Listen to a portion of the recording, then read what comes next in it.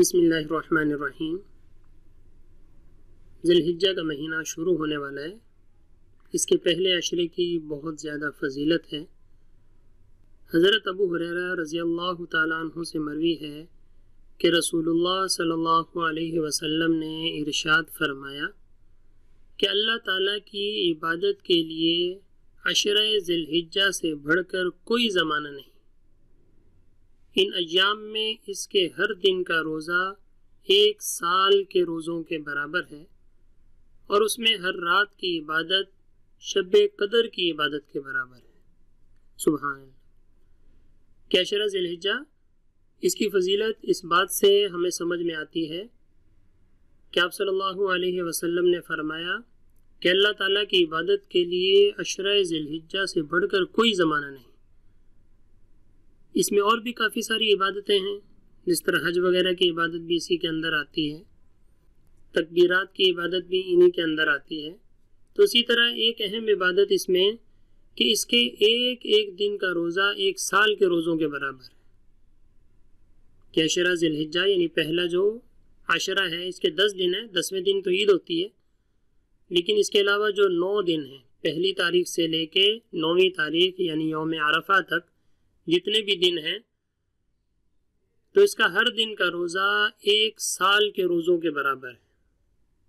اور دوسری طرف ہم دیکھیں 9 ذی الحجہ کا روزہ ہے، اس میں آپ صلی اللہ علیہ وسلم نے فرمایا کہ 9 ذی الحجہ کا روزہ گزشتہ 1 سال اور آئندہ 1 سال کے روزوں کا کفارہ ہے، یعنی وہ 2 سال کے روزوں کے برابر ہے۔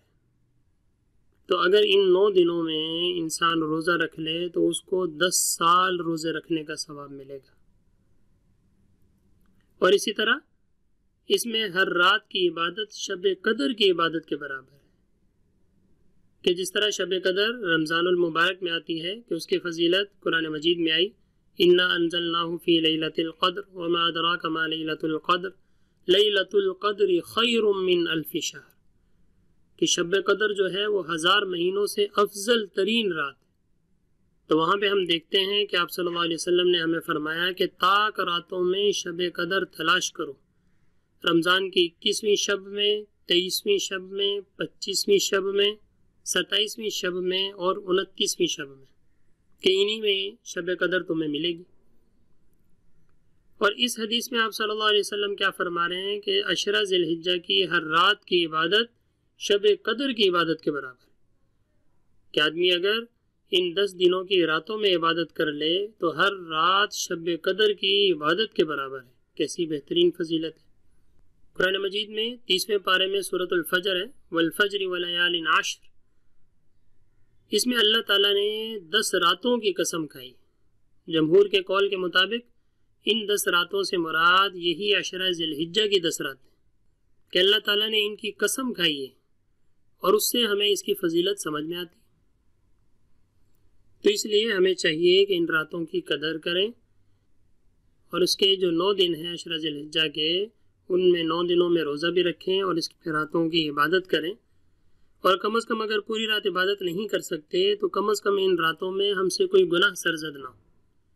عشاء کی نماز جماعت سے ادا کریں، اور بغیر کوئی گناہ کیے کچھ عبادت کر کے سو جائیں، اور فجر کی نماز جماعت سے پڑھ لیں۔ تو حدیث میں آتا ہے کہ جو انسان عشاء کی نماز جماعت سے پڑھ لے اور فجر کی نماز جماعت سے پڑھ لے اور اس رات میں کوئی خلاف شرع کام نہ کرے تو پوری رات عبادت میں لکھی جاتی۔